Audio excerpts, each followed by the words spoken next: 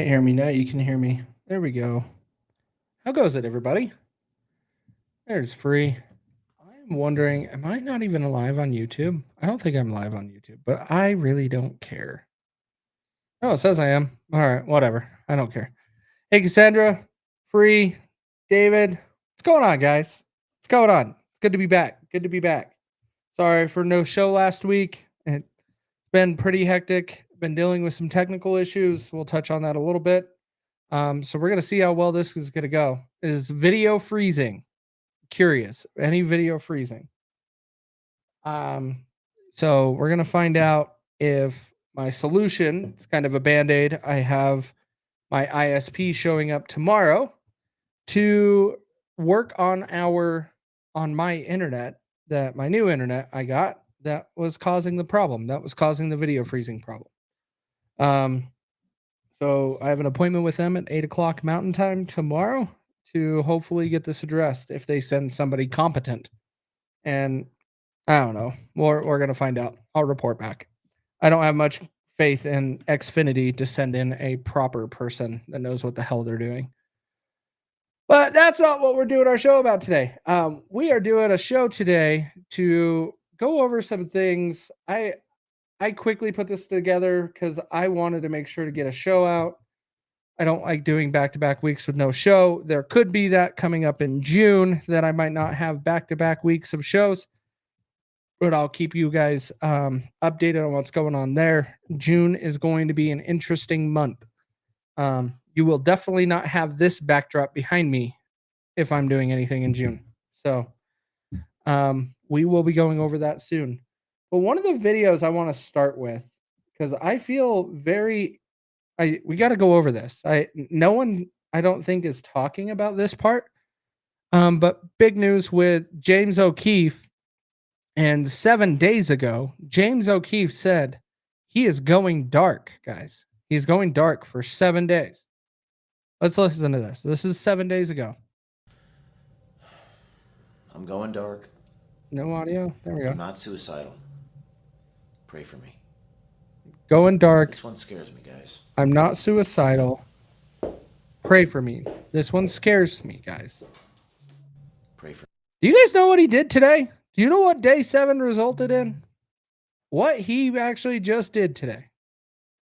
Who knows? In the comments. Anybody? Oh, thanks, Free. See you checking that for me.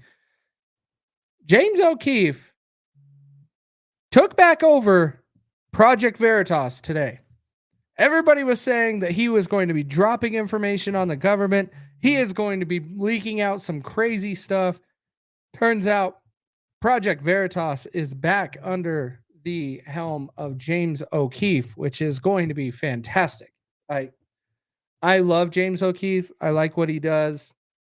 There are some stories that I'm not too fond of, like the story of the fires and the leaked audio. I think that was misleading, but I still appreciate the work that he does with his team.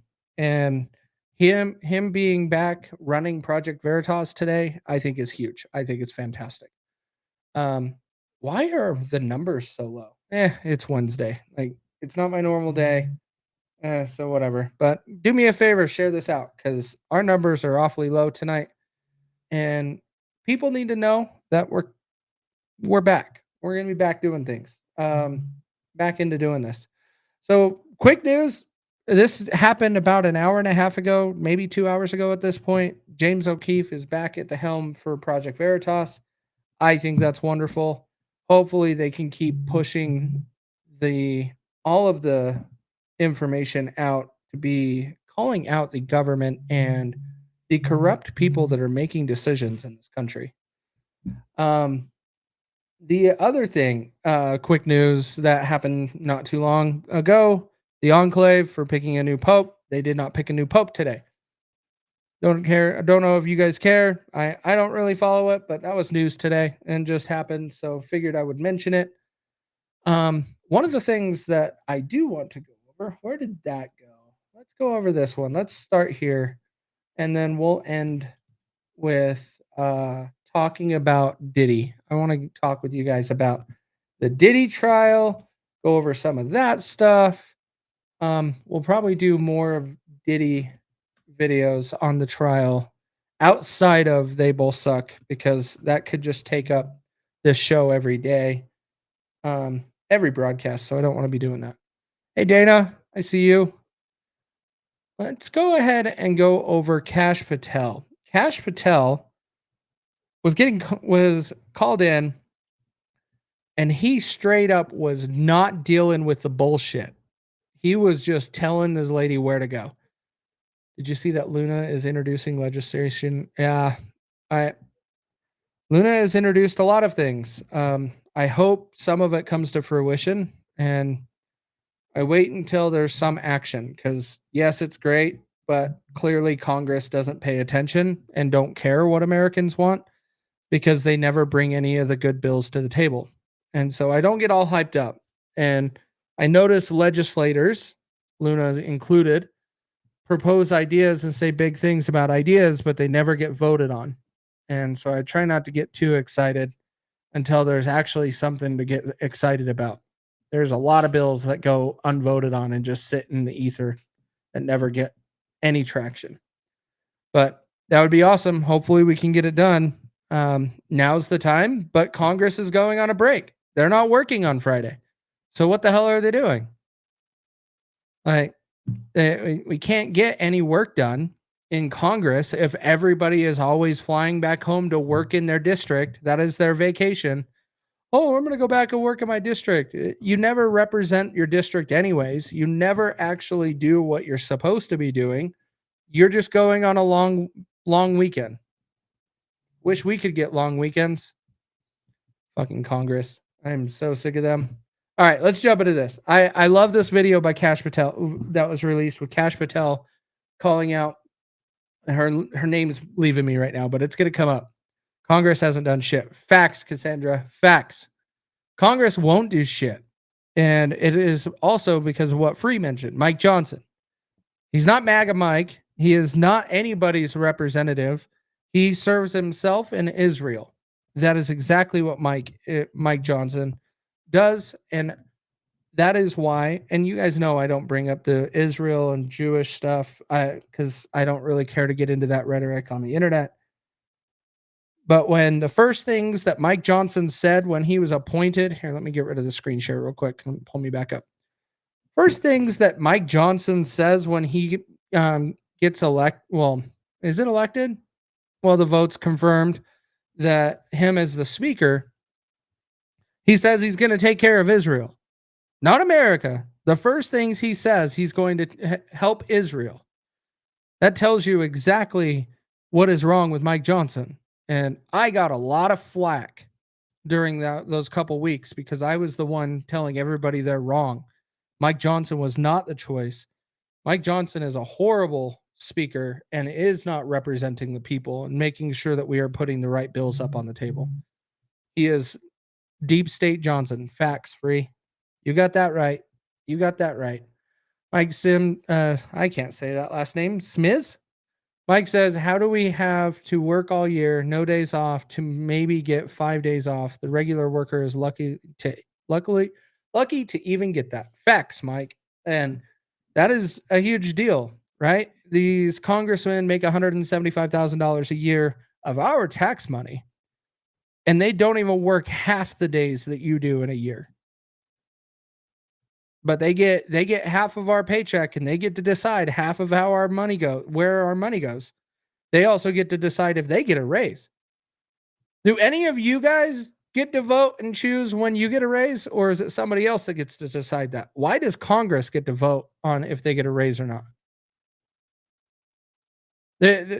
When we can go on all these soapboxes, guys. We already know Congress doesn't serve us. They're useless, which is why we should be focusing on local elections, taking back control where we need to. I've been doing a lot of spaces about that lately. We need to take back our states and our communities so we can tell the federal government to go to hell. That's where we need to be putting our effort. We don't care who's president. We don't care who's in Congress or in the federal government, because they are not serving us or the Americans at all. They are only serving themselves and their special interests. But back on topic here, guys. Let's get back into this. Kash Patel. Kash Patel was going along the same lines of what we were just talking about on how useless Congress is. Let's go ahead and give this a listen. Agency.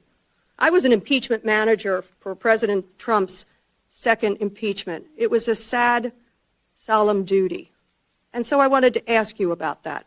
Mr. Patel, as you and the President continue to weaponize and investigate his perceived enemies, as you follow this blueprint, when can I, a former impeachment manager, expect the FBI at my door? Ma'am, you want to know who was targeted by a weaponized FBI? Me. You want to know how and why? Well, you want to know what I'm doing to fix it? That. Let me move on. Well, you should read the topics. book because there's no enemies list on that book. So there are people that violated their constitutional obligations and their duties to the American people, good. You and they gave were them due rightly process. called out. I'm And changing you should topics. give that book to every one of your constituents so they can read about it. I won't. Get him, Kash. I disagree with you, Free. I actually like Kash. I think that out of the choices that Trump had, I think Kash is probably one of the best nominations that he did in picking the right people. Hopefully he delivers. So Free, you could be right here in a little bit in the next year. If Kash isn't delivering, then same thing, right? Same criticism I have with Pam Bondi. I've let off the gas pedal a little bit because they have really gone after those two judges. And so they finally are stepping up and doing their job a little bit. So I'm dialing it back a hair, but I'm not forgetting we were promised files. We were promised lots of things that they still haven't delivered. And our government is falling very short right now on what the promises were made. And Trump is trying to do his part. He's doing a lot of it via executive order, which I normally don't like. I'm usually chewing out the president when using them. But I understand the circumstances we're in, and I agree with most of the executive orders. Not quite all of them. There's a few I don't like. I could have gone on without worrying about the name of Gulf of Mexico or Gulf of America now. There's a couple things, but I do think Kash has a good opportunity. 0 politicians or COVID criminals arrested. Yep, I agree with you. I'm giving Kash a little bit of a leeway. He's got to earn it. He's not going out and promising the world like Pam Bondi is and then having to bullshit her way out of it. But we're going to see if Kash keeps delivering. They did have a big thing that Dan Bongino posted on X. We'll probably touch on that here in a minute. Let's finish this. Won't be doing that. That's their loss.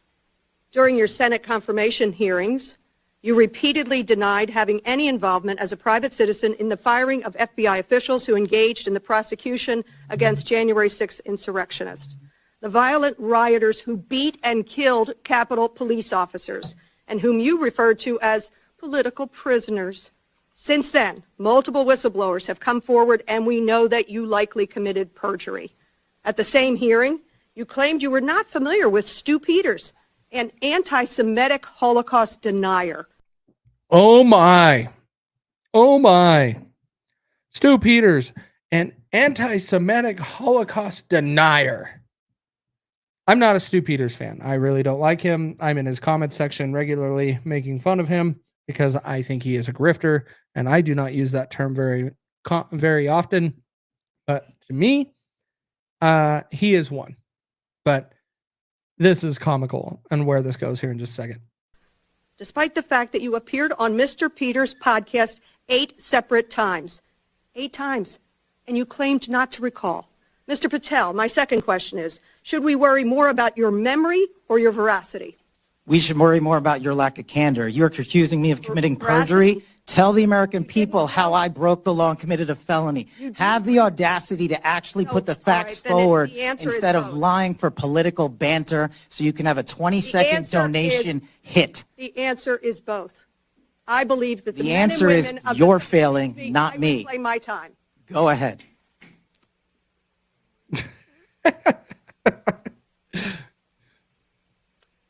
Mr. Patel, I believe that the members of the FBI, and I know many of them, many retired, 38,000 people, as you say, it's a little less than that now, deserve the very best, deserve extraordinary independence, deserve freedom from the fears of being investigated, the freedom of coming forward to make sure they're doing their job.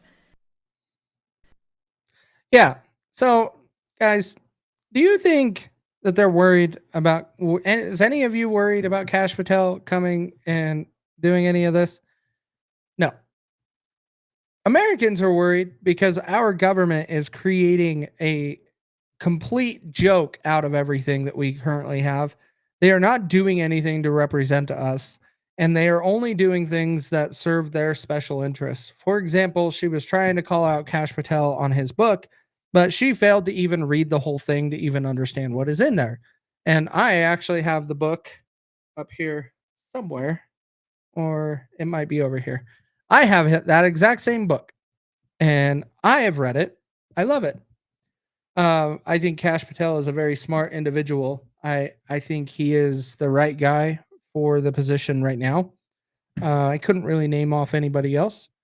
And this is an entire dog and pony show just put on by the government to cause distractions and to not really put effort into the proper things that serve what they should be doing, Americans. They are only doing stuff to create chaos, which is what our government does best. I'm worried about these radical judges overstepping. Well, it's already happening, Cassandra. So yes, we all should be worried, but there's not a whole lot you can do about it other than replace your governor and then put pressure on them to replace judges. In some states, they're elected and you have some process, but I think that's only 2 states out of the rest of the nation. Most of them are appointed. And so you don't have much say in the matter until you replace the person that actually appoints them or has some sort of power to do so. So yeah, everybody's talking about the judges, but no one talks about how there's really no process to fix that situation. So if you do focus on electing proper people in your communities, taking back control locally, and pushing to make your community better, you are gaining power, and your judge is slowly losing power in those scenarios. That is also to where you could potentially start changing judges in lower courts and handling things within the courts to where you have some strength. There is a lot of power in making sure that you're doing things locally instead of worrying about a top-down approach. I'm sure most of you and all of you have heard this tenfold, but just for everybody else and maybe watching this later, we have to be putting effort into locally and with our communities. We will lose all of our strength and all of our power if we don't actually stand up like that. One of the things that I do commonly talk about all the time is how Utah will push back against the government, federal government. And we do that quite a bit. A lot of that comes around the federal government making national parks in Utah. And why does Utah have so many national parks? Probably because we have a lot of uranium in our ground. And they keep expanding and contracting Bears Ears National Park and stuff like that. Trump repealed everything the first term. Biden started putting some of it back. I'm waiting for Trump to start reeling some of that back. But that is the constant battle. That is where you need to have your states being able to fight against the federal government. Or we're all just complaining. We're all just complaining. They need to repeal Congress's immunity from being sued for slander. They have immunity from... I did not know that. I'm going to have to read into that because I questioned some of that.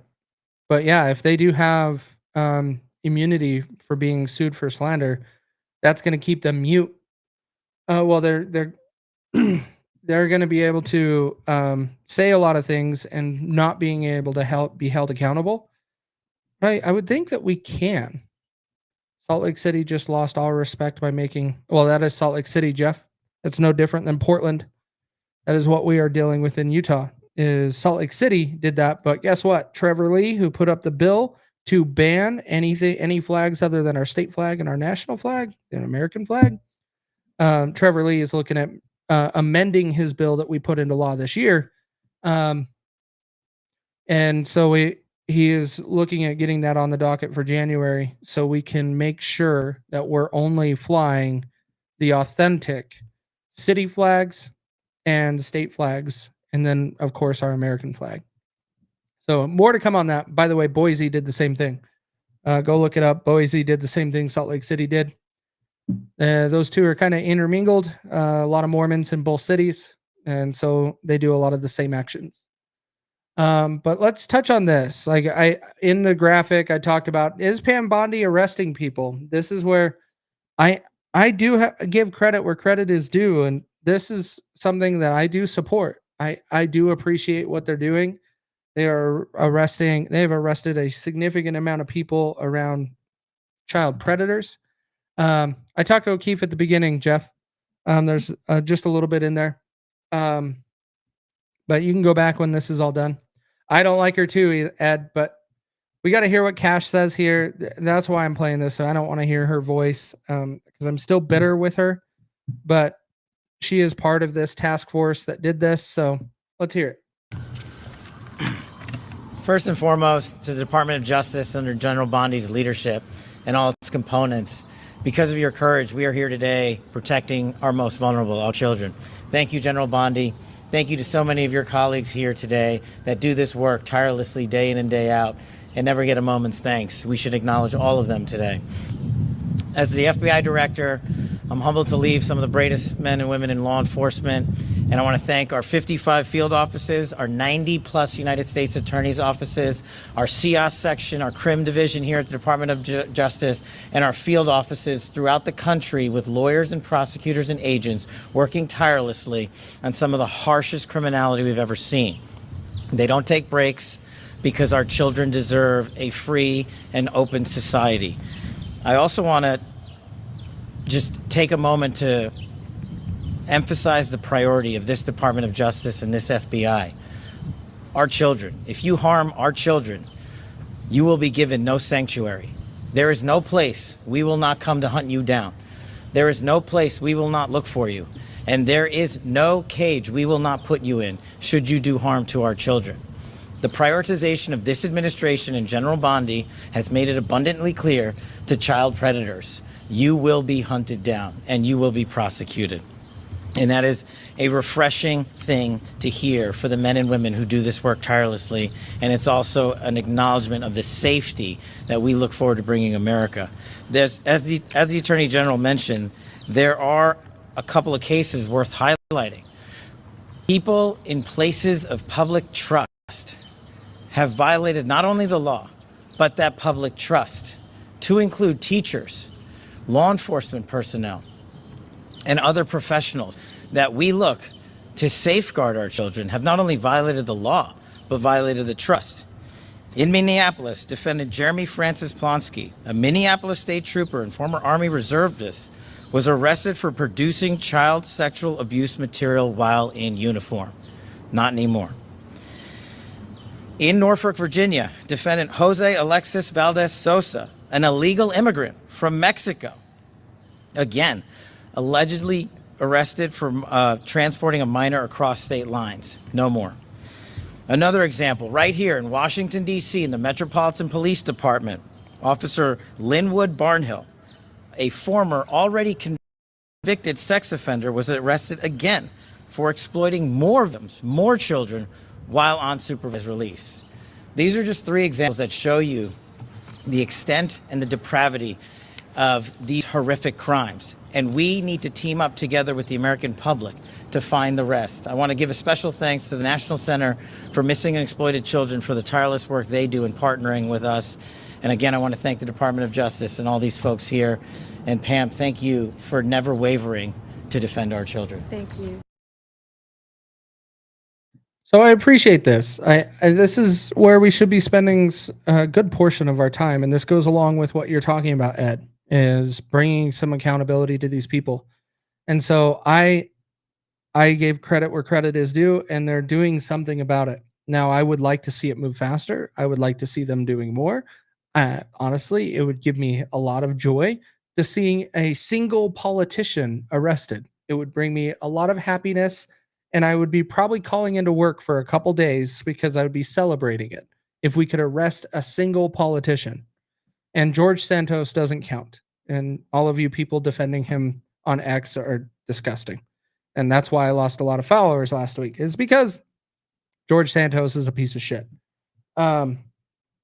Anyways, I give credit to these guys. They're doing the right thing in that world, but Pam Bondi still has a lot to do for me to be in her corner right now. And she had part in this, so thank you, but I still need to see more. You are also claiming, as Ed mentioned, you're talking about all these videos that you're watching. There's tens of thousands of videos to watch that are from Diddy, which is crazy to say, but it's possible that there is that many videos because every room in Diddy's house had cameras. So there's a lot to go through. I don't know if they're going through that, but also the same was said with the Epstein Island mansion. So there is a lot of video evidence to go through. I respect that, but we got to start holding someone accountable. And we got to start doing something. Both of them, Ed. There's going to be a lot. This Diddy stuff is going to come out with a lot too, hopefully. I'm hoping. But we're going to see how that goes. Bondi sucks. So yeah, no, Bondi is awful. And most of the thing that's funny is most people that are fans of her don't live in Florida. Most of them don't. I don't think I've met anybody or talked with anybody that lives in Florida that said very good things about her. Not very many, if any, actually. She said the video was of Epstein himself diddling kids. Oh, I missed that fine detail. I heard the kids part, but not Epstein himself. But we do need to do something. Like, you can't hold Jeffrey Epstein accountable anymore. He's gone. He's gone, long gone.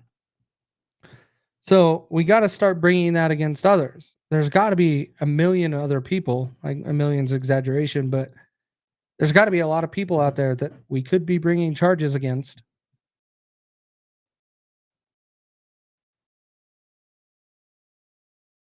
There had to be others. And we need to see it and really release the freaking documents like they were supposed to. R. Kelly's lawyer said Diddy is going to pull a Hillary and bring them down with him. Of Diddy, we might as well just jump to that topic. I wasn't planning on talking about it. Today, really close to the court case and what is being discussed, the court jury selection right now. So I want to go over some of that. So in here, there is, let's see, my notes. Bear with me 1 second, guys. Okay, so this guy, Inner City Press, shout out to you, man. Thank you for doing all of this. And I'm going to be pulling up a lot of his content in the coming weeks because this trial is not going to go by super fast. They are anticipating 8+ weeks for the Diddy trial. They are in day 3 of jury selection. And today, I was going through some of this thread, and I wanted to touch on one of the things that I thought was quite hilarious. Because it seems like Diddy's doing their research on the internet. Things. So, Juror 220 is the one I wanted to specifically talk to. Speak to here. All Florida folks in cabinet have to be, yeah, I'm sure. ICP has been great on coverage. Yeah, I didn't even know who this person is, but this is fantastic. Video got shaky, but better now. And that could be because of my Band-Aid, but it was good until now, right? So I'll watch for that comment. But let's jump into Juror 220. Juror 220, a Bronx guidance counselor. Juror 220 also says, my father was a substance abuse counselor. Now he worked for a company that sells cannabis. They spelled cannabis wrong.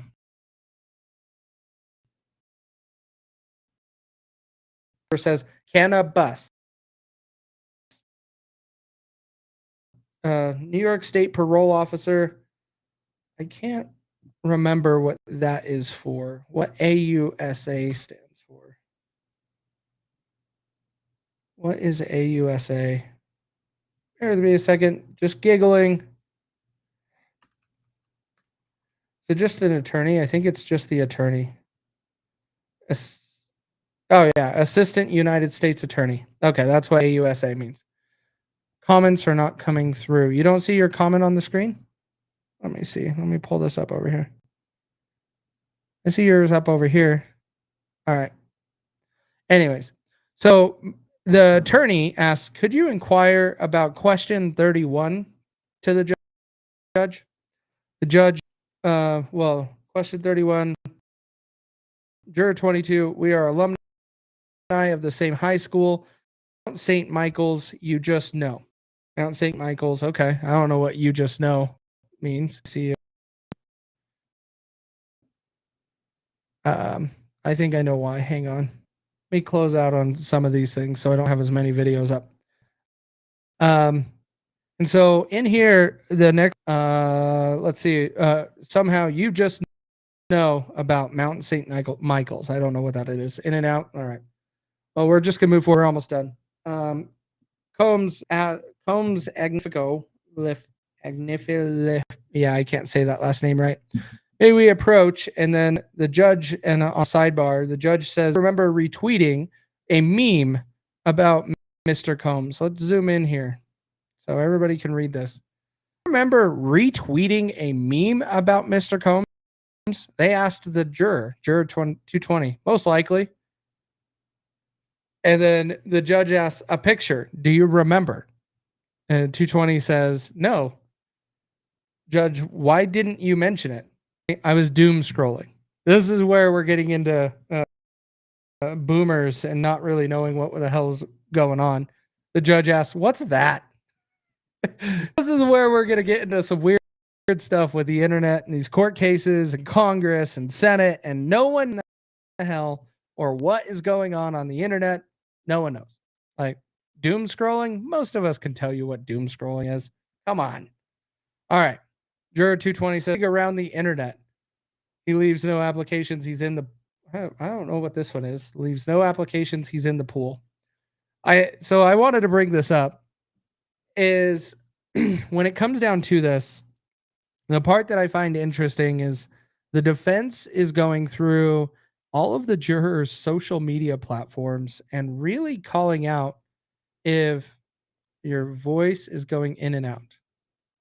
Mean tweets, they are canceled. Okay. But overall, I think they are scrutinizing this jury a lot more than we are used to seeing in court cases. I didn't see the jury scrutinize as much of the jury for Kyle Rittenhouse. I didn't see them doing all of the scrutiny for Lori Vallow or Chad Daybell.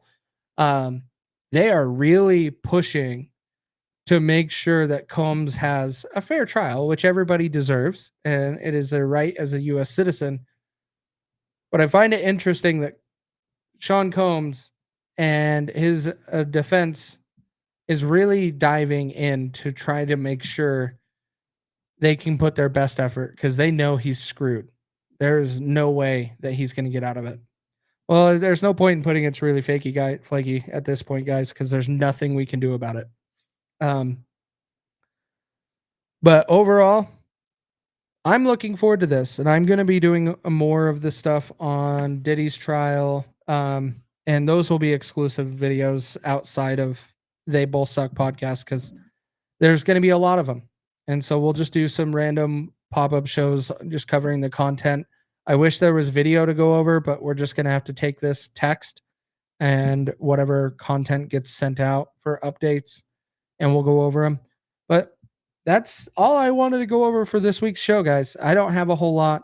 We will be doing a lot more. I will be more consistent up and through June. June is going to be a question mark. And so be on the lookout for more lives. We're going to wrap it up here because it seems like my Band-Aid approach kind of is falling apart at the moment. But share this out. Be on the lookout in future videos. We're going to be doing more of them. I just wanted to get another video out this week because I did not want to go back-to-back weeks without one. But thank you for tuning